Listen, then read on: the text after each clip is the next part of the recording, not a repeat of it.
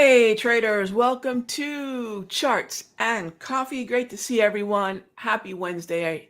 We are taking a look at the markets after we have CPI.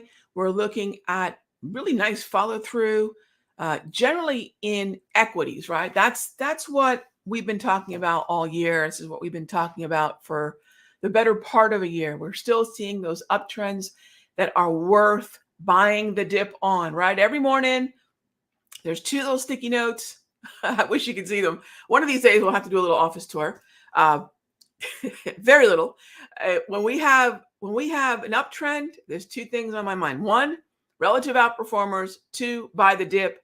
And the sticky note that always remains on my desk, do I hate my money? Reminding me that risk management comes first, right? That is the key to account growth. So let's get to it. Bonds are struggling this morning. So I'm going to point out a few places where we still have to be looking at the overall macroeconomic rate of change expectations from three other places other than indices, right? Bonds, we want to see the bonds remain above the 200, which they are, by the way. And, one of my favorite ways to look at moving averages is to look at the old fashioned, and it is classic stuff. I've got books that were written in the 40s and 50s that talk about simple moving average crosses. When two moving averages cross, there is a unique psychology associated with it. And that's something we can keep an eye on. That's why I use propulsion dots, by the way. Those are exponential moving average crosses. Now, why exponential over simple, Rog? So for those of you that have never thought about why would we focus on exponential moving averages, all that multisyllabic technobabble, we'll cover that in a moment, versus simple. So simple is the way that when we were in middle school, I remember doing this. I'd sit down and look at all my quizzes and tests and homework assignments, and I would just do a straight average to figure out what kind of grade I was going to get, right? Simple moving average. We just average everything weighted equally.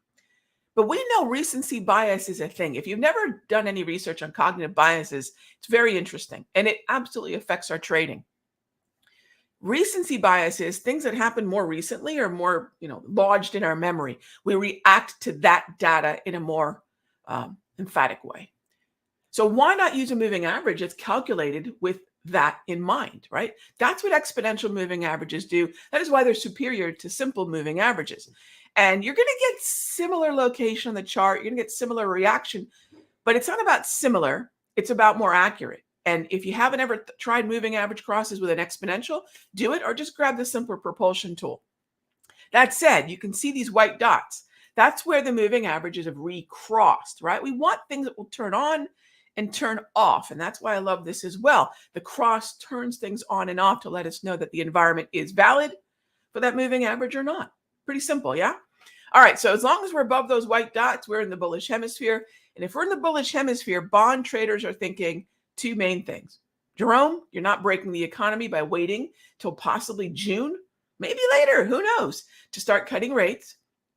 And here's the other thing too, bond traders are also saying that lower rates are coming, right? So that's definitely something we want to take a look at here this morning. Where are bonds? All right, the other thing that's related to bonds are gold. All right, how many folks here have heard gold is a safe haven play? It's the flight to safety. Oh, hang on one sec. I know I still have some error somewhere here. I'll have to fix it. Anyway, if I have gold moving according to flight to safety, why is it up with the equities are up, right? These are things we have to question the logic of, right? And so if I have gold moving higher and bonds moving higher, clearly gold is not a reaction to a flight to safety. By the way, here's a little secret. It never has been. Gold moves based on something called real yields or real interest rates, which is the chasm between the shorter end of the yield curve, the nominal yield of, say, a 1 to 3 year bond, and the rate of inflation. And when that narrows, gold goes up. And that's it. So gold is moving higher, bonds are moving higher. That's a good, we want those things in unison, ideally for follow through, right? Now, if you haven't checked out, by the way, the video that I put out yesterday It is simply called account growth. I even wore my account growth t-shirt today. Account growth, gang, that is it. That is always the mantra. That is always the goal, right? Home runs. If you're watching this show, if you're watching me, this isn't about home runs. This isn't finding the next hot stock. This is just about finding relative outperformers, finding the uptrend, and continuing to buy the dip, growing your account. If you haven't checked that video out, I went into a lot of detail about win rates, losses. How often do I lose? For every 10 trades I take, I'm going to lose about 3 to 4 times. I know some traders never lose. Good for them. That always cracks me up. We want to stick with the long side. And every one of the trades that I'm showing you, and this is so far this year through March 1, everything I have done to grow the account has been a long call. That's it. A long call. Exactly, Sam. Get on base, base hits, right? Show up healthy for every game. And that's what we want to do. So base hits, right? I'm much more Cal Ripken than I am, say, I don't know, who is the big home run hitter? Whoever that is, right? So keep that in mind. Base hits, exactly. All right, so let's get into, as always, if you have any questions, feel free to type them in. All right, great. And we'll take a look at what's happening with the indices. Is it surprising anybody that we're making higher highs? Right? We're making higher highs. I know. Who knew? Who knew? We continue to be focused on buy the dip because this is an uptrend. Now, the two best uptrends at the index level continue to be the S&P and the NASDAQ, right? Now, remember, you are going to be subjected to some of the worst analysis that I have seen, whether it's on television or wherever you're finding it. We continue to have traders and analysts and economists and whatever happens on television and on the interwebs, right? Every time we have a couple down days, oh, the trend is down. No, the momentum is a little bearish, and that's a retracement. Remember the difference between a retracement and a broader base correction. I know I sometimes will use those words interchangeably, but a correction typically means we've broken the dominant trend, right? Those are going to be corrections of 10% from the high, 15% from the high, 20% from the high, right? So I'm not looking for corrections. We seldom can position ourselves for them. We might fool ourselves into thinking we know where the tops are, but rather than focusing on where the market's going to correct, we'll continue to focus on within the context of an uptrend, like in the NASDAQ, like in the S&P, retracements of the trend, which is really, from a lingo perspective, very different than the correction, right? Corrections are far more greater percentage moves to the downside that typically involve breaking the dominant trend. We have yet to even have one of those. This trend has been so strong, we haven't even seen a neutral candle since the 5th of January, right? These candles are not normal Japanese candles, sticks. I like this kind of candlestick oriented, kind of like a Japanese candlestick, because if you haven't noticed, I wear glasses and my vision's pretty darn bad. So what I like to do is use that really beautiful large footprint of a Japanese candlestick, and then I color code them whether they are bullish. We can have a down day that's still bullish in terms of the overall movement higher.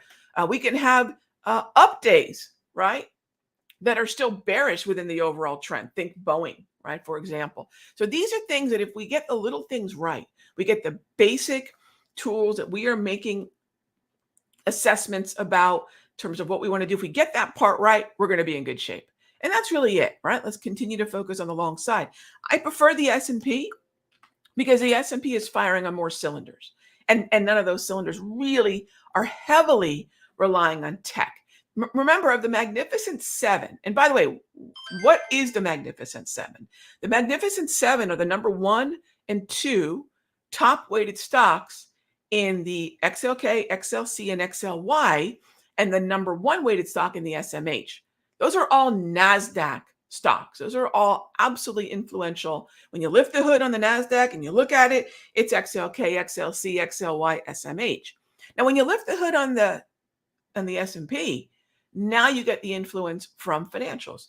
Now you get the influence from healthcare. Now you get the influence even from energy.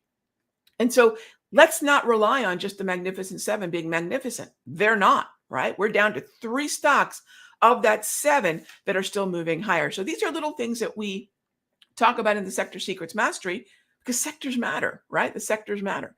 So that's where we have overall this bullishness in the ES and NQ. Now, what about YM? Am I hating on YM?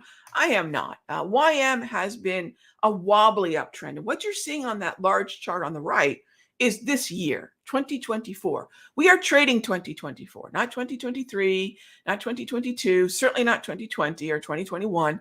We are focusing the now environment. The now environment is an uptrend, preparing for a dovish pivot from the Federal Reserve, and we're in this overall election cycle, which tends to be a bullish factor. It doesn't guarantee an uptrend, but it's definitely a tailwind, right? Okay. So Dow is trying to punch up to higher highs. I don't want to short the Dow, but there are better places to look within the Dow. Lift the hood, you'll see industrials are a part of this narrative, as are financials. A lot of folks are surprised to find out that financials are the number 1 weighted sector within the Dow, not industrials, not transports, right? So let's keep an eye on those. So if you're struggling to figure out where should I be buying, because what we trade is more important than how we trade it. Follow through in financials has been better than follow through in, say, tech, right? Meaning XLK.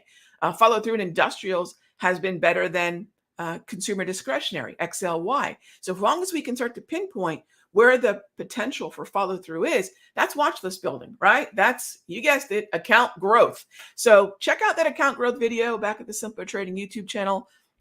And I walk through all of it. Those of you that are members of Sector Secrets Mastery, you already got the premium video where I went into a lot more detail. If you're in the Simpler Central room, I put out a very aptly titled video called How to Grow an Account, I believe is what it was called. Account growth, gang. That's the name of the game.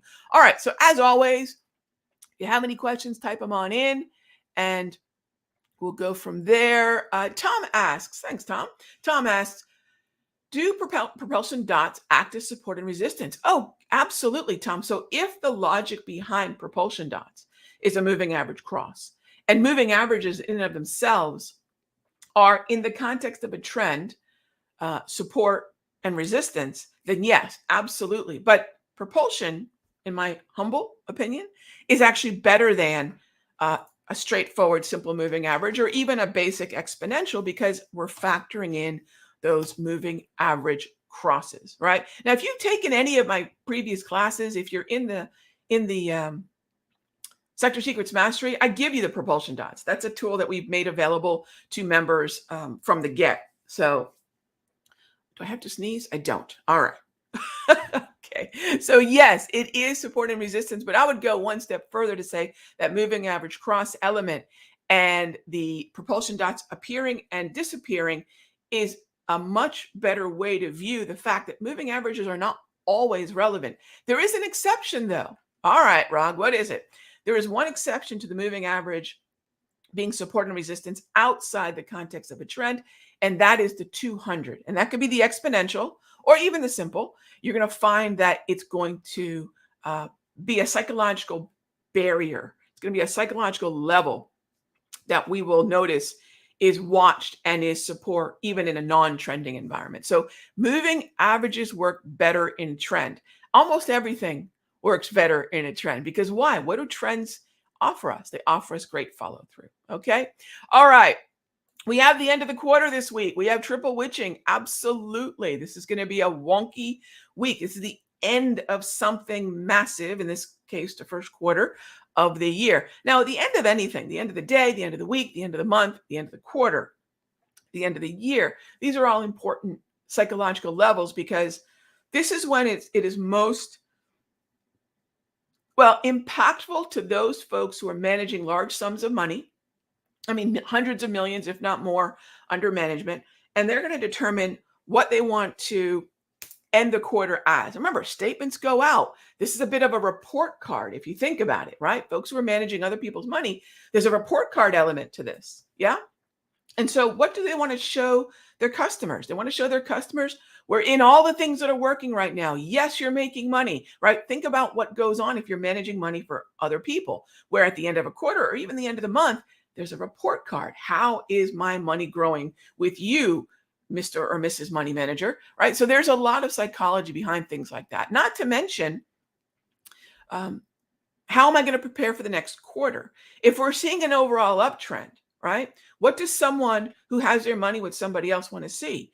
They want to see that they've got the stocks, the sectors, the indices long, and which names, right? So think about that from the perspective of, if your job was to manage somebody else's money. I've done it. It's thankless. It's miserable. I'd rather just trade my own, which is what I do. Um, and think about the fact that their job is retention. And how do they retain their clients? By showing them, hey, you're in the right stuff. Don't worry. I know what's going on. You're in the right stuff. And that's um, much more the case at the end of the month, most definitely the end of the quarter, and absolutely the end of the year. All right. Next up is, do I see any significant correlation with VIX and so? All right, let's talk about market internals. I don't use any market internals. VIX is a futures contract to me. BLP, thank you for the question. VIX is simply a futures contract. It, like bonds, like corn, it's a futures contract. Market internals, and I'm going to say something that might short circuit some folks, but just let's listen to another opinion and then take from it what you will.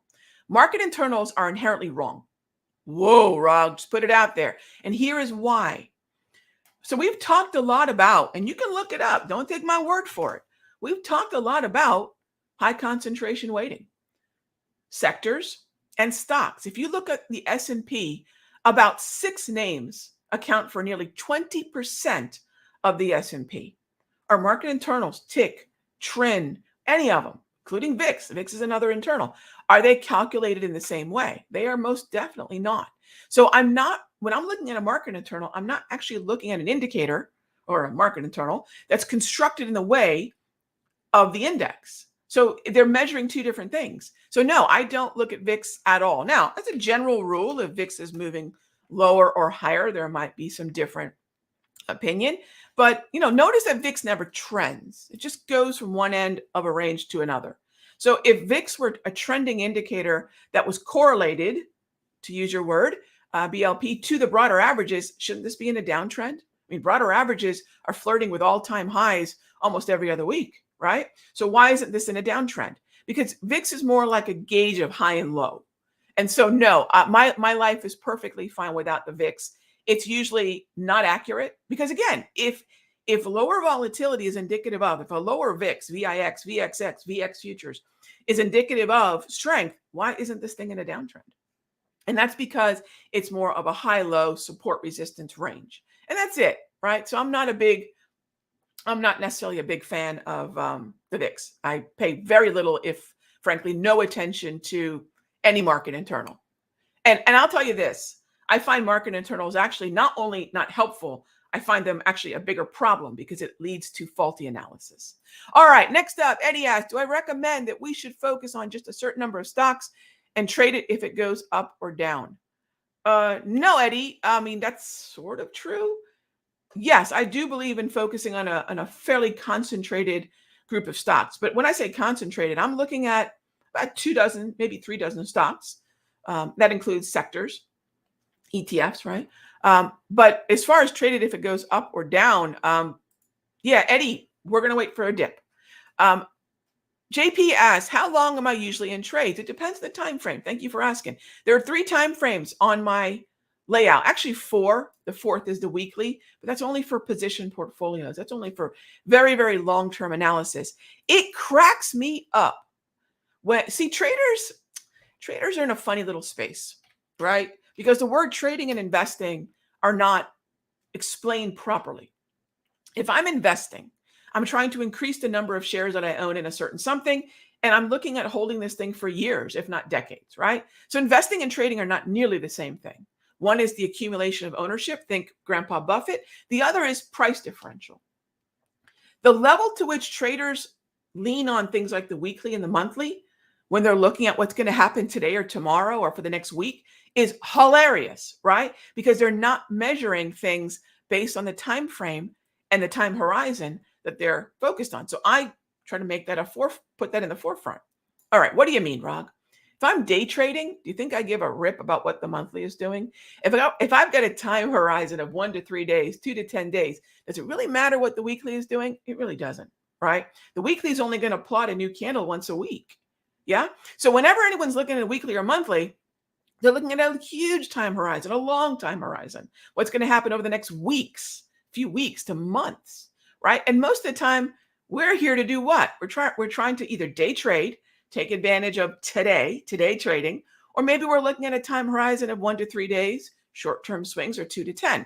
So I've broken those down to the time frames that work best for me in those regards. 5-minute day trading, 1 hour for the short-term swings, daily for the longer term swings. And when I'm managing my portfolio, 6 months minimum hold time, ideally, that's where the weekly comes in.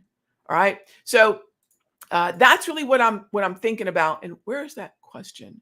So as far as how long are you in trades, that's the first place to start. JP, that is the first and most important place to start. What time frame am I building this idea on, and what is the typical longevity of the trade based on that time frame? All right. Okay, gang. Gosh, that 20 minutes flew by. Great to see you all. Thanks as always for being here for Charts and Coffee. We've been rolling along with this show for about 3 years. So thank you very much for tuning in each and every weekday. I'll see you tomorrow, same time, same station. Be good to each other.